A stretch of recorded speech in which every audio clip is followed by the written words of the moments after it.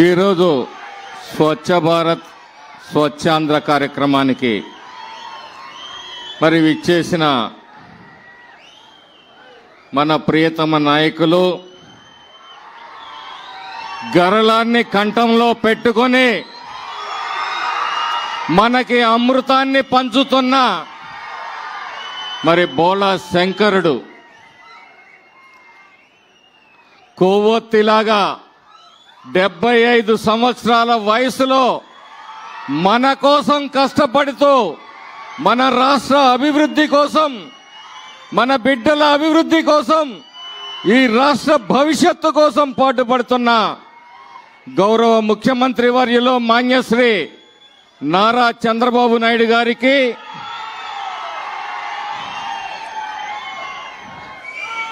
చంద్రబాబు గారి ఆశీస్సులతో అమరావతి రాజధాని నిర్మాణాన్ని తన భుజస్కంధాలపై వేసుకొని మరి మోస్తున్న గౌరవ పురపాలక శాఖ మార్చులు పొంగూరు నారాయణ గారికి ఒక సోదరుడిలాగా నాకు విలువైన సూచనలు సలహాలు అందిస్తూ నన్ను నడిపిస్తున్న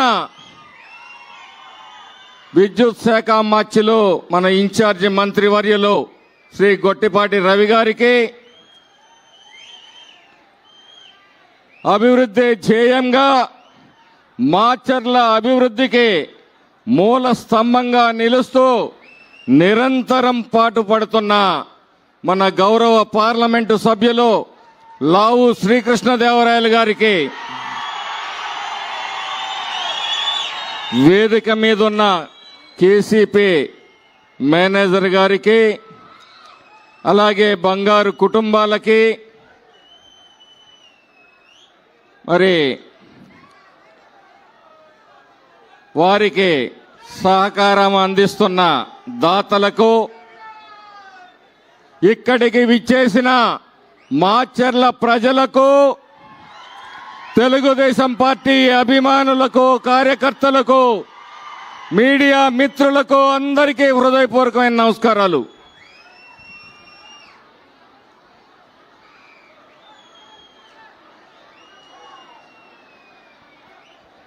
మొన్న జరిగిన అసెంబ్లీ ఎన్నికలు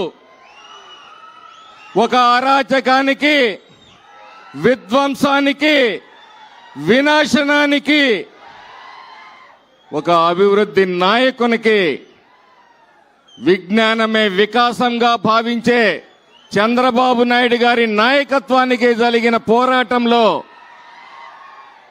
చారిత్రాత్మకమైన విజయం, నభూతో న భవిష్యత్ అన్నట్టుగా ఒక గొప్ప విజయాన్ని అందించిన మీ అందరికీ హృదయపూర్వకమైన ధన్యవాదాలు.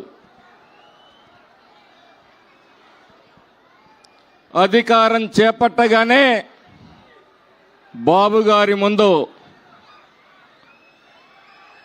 మరి పట్టు కార్పెట్ పరిచిలేదు, ఒక ముళ్ళ దోవ, సమస్యల సుడిగుండాలు, విధ్వంసమైన వ్యవస్థలు, 10 లక్షల కోట్ల పైగా ఈ రాష్ట్రం అప్పుల్లో ఉంది.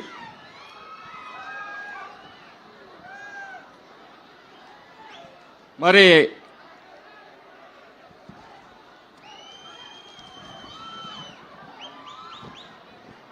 కానీ ఆయన ఏ మాత్రం భయపడలేదు. చాలా మంది శాసనసభ్యుడు, మంత్రులు మనం ఏ విధంగా ఈ ఇచ్చిన వాగ్దానాల్ని, ఈ అధఃపాతాళంలో ఉన్న ఆర్థిక వ్యవస్థని సరి చేసుకుంటూ మనం సూపర్ 6 పథకాలని ఎలా ఇవ్వగలుగుతామనేది అందరి శాసనసభ్యులు, మంత్రులు ఆందోళన చెందారు. కానీ ఆయన భయపడలేదు. ఆయన విజనరీ ఆలోచనలకు పదును పెట్టారు, గత అనుభవాలను జోడించారు, పరిష్కారం కోసం శోధించారు. ఇచ్చిన మాట ప్రకారం సూపర్ 6 పథకాల్ని సూపర్ హిట్ చేశారు. దట్ ఈజ్ చంద్రబాబు నాయుడు గారు.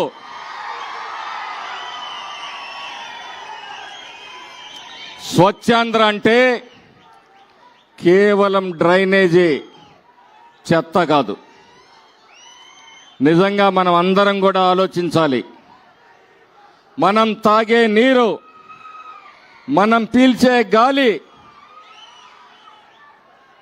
మనం తినే ఆహారం కూడా ఈరోజు కలుషితం కాబట్టే మనం అనేక రకాల రోగాల వలన పడుతూ ఉన్నాం. పచ్చదనాన్ని పెంచాలి, పరిసరాల్ని పరిశుభ్రంగా ఉంచుకోవాలి, అంటువ్యాధులు ప్రబలకుండా జాగ్రత్త పడాలి. మరి వీటన్నిటి మీద బాబు గారికి అవగాహన ఉండబట్టే ఈరోజు రాష్ట్రంలో గ్రీన్ ఎనర్జీ ప్రాజెక్టులను తీసుకొస్తున్నారు. అది ఆయన దూరదృష్టికి నిదర్శనం అని చెప్పి ఈ సందర్భంగా తెలియజేస్తా ఉన్నాను. నాడు హైటెక్ సిటీ, నేడు క్వాంటమ్ వ్యాలీ. ఆ రోజు హైటెక్ సిటీ రాకముందు ఎక్కడో ఒకళ్ళు ఇంజనీరింగ్ చదువుకునేవాళ్ళు.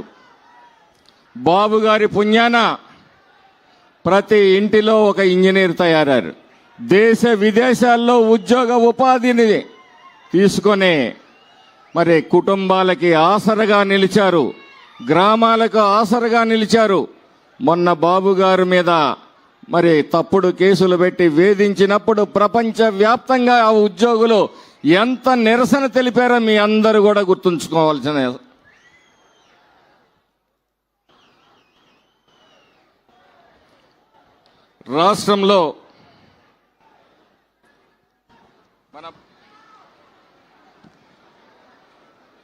రాష్ట్రంలో నిరుద్యోగ యువతకు ఉద్యోగ ఉపాధి అవకాశాలు కల్పించడానికి మరి 10 లక్షల కోట్ల రూపాయలు ఈరోజు ఈ రాష్ట్రానికి పెట్టుబడులు వచ్చాయి అంటే విధ్వంసమైన గత పరిపాలననే మర్చిపోకముందే బాబు గారి మీద, కేవలం బాబు గారి మీద నమ్మకంతో ఈ రాష్ట్రానికి 10 లక్షల కోట్ల రూపాయలు పెట్టుబడులు వచ్చాయి.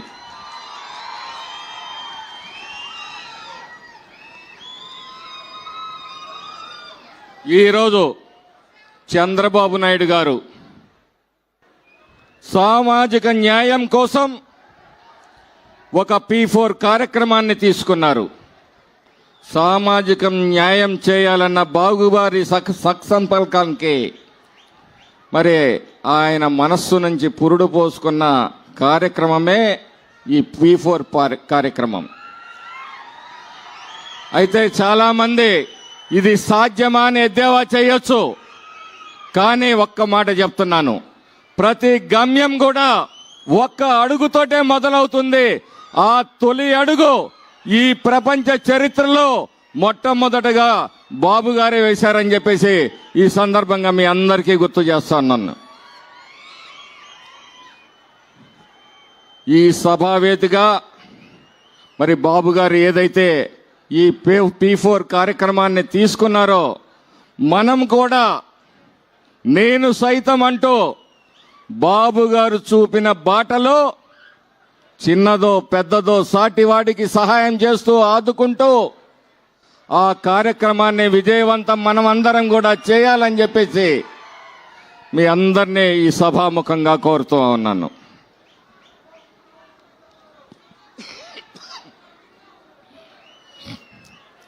మరి ఒక పోలవరం ప్రాజెక్టుని పూర్తి చేయటమే కాదు, అక్కడి నుంచి బనకచర్లకి, రాయలసీమకి నీరు అందించాలనే ఒక బృహత్తరమైన కార్యక్రమం బాబు గారికి రైతుల పట్ల, రైతుల బాధల పట్ల ఉన్న మరి అవగాహనని తెలియజేస్తూ ఉంది. ఒక రాయలసీమ రైతు బిడ్డగా, కరువు సీమను కళ్ళారా చూసిన వ్యక్తిగా ఒక సంకల్పంతో ఆయన రాయలసీమను రతనాల సీమ చేయాలని ఎంత పట్టుదలగా మొన్న చూసాము. హంద్రీ నీవా ప్రాజెక్టుని పూర్తి చేసి ఆ రైతుల కళ్ళల్లో ఆనందం చూశారు. అదే ఆనందం మన మాచర్ల నియోజకవర్గ ప్రజల 6 దశాబ్దాల కల వరికపూడి సెల ప్రాజెక్టుని కూడా వారు పచ్చ జెండా ఊపారు అని చెప్పేసి ఈ సభాముఖంగా తెలియజేస్తూ 6 దశాబ్దాల కల సార్, దానిని మీరు సాకారం చేస్తున్నందుకు మా పల్నాడు ప్రజల తరఫున మీకు మరి వినయపూర్వకంగా నమస్కారాలు చేసుకుంటున్నాను సార్. మీ ఆశీస్సులతో శాసనసభ్యుడినయ్యాను.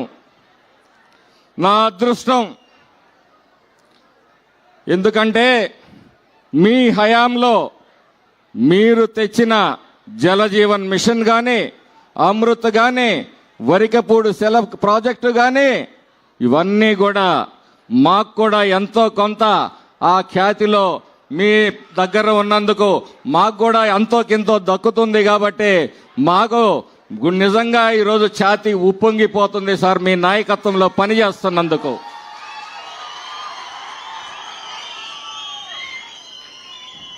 డెబ్బై 78 స్వాతంత్రావనిలో ఏ రోజు గుక్కెడు నీటి కోసం ఈ రాష్ట్రంలో ప్రజలు, ఈ ప్రాంతంలో ప్రజలు అల్లల్లాడిపోతుండేవాళ్ళు. ఈరోజు జేజేఎం ద్వారా ప్రతి పల్లెకి మంచినీళ్ళు ఇచ్చే కార్యక్రమం, అమృత్ ద్వారా పట్టణానికి మంచినీళ్ళు ఇచ్చే కార్యక్రమం 78 స్వాతంత్రావనిలో మరి మీ హయాంలో జరగటం అనేది ఒక గొప్ప విషయం, ఒక చారిత్రాత్మకమైన విషయం అని చెప్పి ఈ సందర్భంగా తెలియజేసుకుంటున్నాను సార్. ఈ పథకాన్ని ప్రజల దాహార్తిని,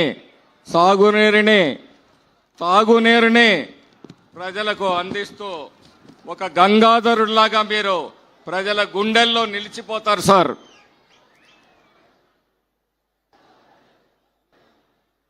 మన సీఎం గారు రైతాంగం కోసం పూడికతో నిండిన పంట కాలువలను, పొలం బాటలను బాగు చేశారు. గుంతలు పడిన రోడ్లను పూడ్చారు. పండించిన పంటకి గిట్టుబాటు ధర లేకపోతే మరి అండగా నిలిచారు. నూతన రోడ్లు నిర్మిస్తున్నారు, పరిశ్రమలు తెస్తున్నారు. అంతకు మించి రాష్ట్రంలో ఒక రావణ కాష్టం లా రగిలిపోయిన ఈ రాష్ట్రంలో కౌరవ సభని పారద్రోలి ఒక గౌరవ సభని ఏర్పాటు చేశారు. ఈ రాష్ట్రాన్ని ప్రశాంతంగా మార్చారు. అందుకే ఈరోజు బాబు గారి విశ్వాసంతో లక్షల కోట్ల పెట్టుబడులుగా వస్తూ ఉన్నాయి.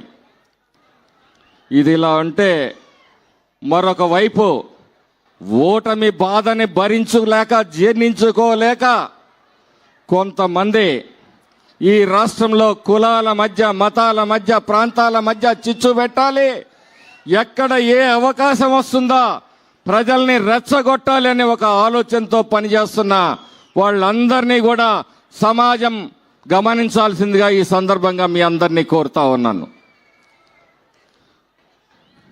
మోసానికి, నమ్మక ద్రోహానికి, అరాచకానికి, విధ్వంసానికి గ్రాండ్ అంబాసిడర్ అంటే జగన్మోహన్ రెడ్డి అని చెప్పేసి మీ అందరికీ తెలిసిన సత్యం. వాళ్ళ కేడర్లో మీటింగులు పెట్టి చంద్రబాబు నాయుడు గారిని ఏదో విధంగా ప్రశ్నించండి అంటున్నాడు. ఏమని ప్రశ్నించాలి? గుంటలతో ధ్వంసమైన రోడ్లని బూడ్చినందుకు ఎందుకు బూడ్చారా, గుంటలను ఎందుకు బూడ్చారా అని ప్రశ్నించాలా? కొత్త రోడ్లు ఎందుకు వేస్తున్నారని ప్రశ్నించాలా? పంట కాలువలు ఎందుకు బాగు చేశారని ప్రశ్నించాలా? ప్రజలకు తాగునీరు ఎందుకు ఇస్తున్నావని ప్రశ్నించాలా? సాగునీరు ఎందుకు ఇస్తున్నారని ప్రశ్నించాలా? గంజాయి డ్రగ్స్ని ఎందుకు మరి కంట్రోల్ చేశారని ప్రశ్నించాలా? యువత భవిష్యత్తుకు బాటలు వేస్తున్నది ఉద్యోగ కల్పనకు కార్యక్రమాలకు ఎందుకు చేస్తున్నారని ప్రశ్నించాలా? కరెంటు ఛార్జీలు పెంచనందుకు ప్రశ్నించాలా? ఇలా ప్రశ్నిస్తూ పోతే మరి సామాజిక పెన్షన్లను 3,000 నుంచి 4,000 ఇచ్చినందుకు ప్రశ్నిస్తారా? దీపం పథకం ద్వారా ఉచిత గ్యాస్ సిలిండర్లు ఇస్తున్నందుకు ప్రశ్నిస్తారా? తల్లికి వందనం ద్వారా అందరి పిల్లలకి కుటుంబ పెద్ద తానై మరి అందరి పిల్లలకి చదివిస్తున్నందుకు ప్రశ్నిస్తారా? మహిళలకు ఉచిత బస్సులు బస్సు ప్రయాణాన్ని కల్పిస్తున్నందుకు ప్రశ్నిస్తారా? అన్నదాతలకు నువ్వు 12,000 ఇస్తే 20,000 ఇచ్చి ఆదుకుంటున్నందుకు ప్రశ్నిస్తారా? ఏమని ప్రశ్నిస్తారు? కాబట్టి సోదరులారా, మీ అందరూ కూడా వైసీపీ నాయకుల్ని మాట్లాడినప్పుడు సమాధానంగా ఇవన్నీ కూడా అడగాల్సిన బాధ్యత మీ మీద ఉంది. వాళ్ళ మాటలకు దీటైన సమాధానం చెప్పాల్సిన బాధ్యత మీ మీద ఉంది. ముఖ్యంగా చివరగా సార్, మాచర్ల నియోజకవర్గం ఒక వెంటిలేటర్ కేసు సార్. ఈ రాష్ట్రం ఏ విధంగా వెంటిలేటర్ మీద జగన్మోహన్ రెడ్డి పరిపాలనలో ఉందో అంతకు మించి మాచర్ల నియోజకవర్గం గత పాలకుల విధ్వంసానికి, దోపిడీకి గురైంది సార్. ఈ ప్రాంతాన్ని మీరు ఎన్నికల ముందు చేసిన వాగ్దానాన్ని అనుసరించి ఈ ప్రాంతాన్ని అభివృద్ధి దిశగా నడిపిస్తున్నారు. మరింత సహాయ సహకారాలు అందించి వెనుకబడ్డ మాచర్ల నియోజకవర్గాన్ని మీరు ఆదుకోవాలని చెప్పేసి మరి సభాపూర్వకంగా విజ్ఞప్తి చేస్తూ, ఇంకొక విషయం, ఒక ఆసుపత్రి 100 బెడెడ్ హాస్పిటల్ ఇక్కడ అవసరం సార్.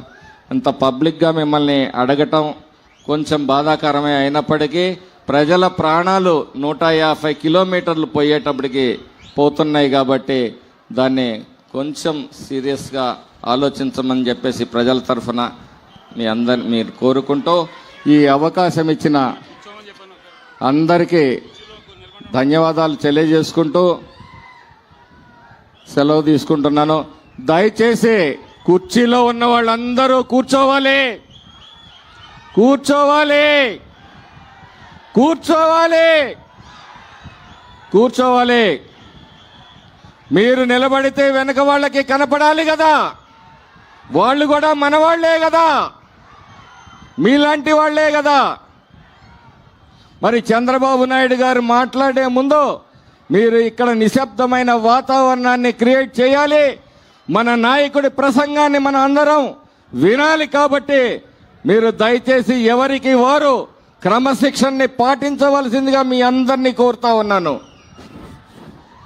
ధన్యవాదాలు జోలకంటి బ్రహ్మానంద రెడ్డి గారు. ప్రభుత్వం అనుసరిస్తున్న విధానాలను చాలా చక్కగా వివరించారు.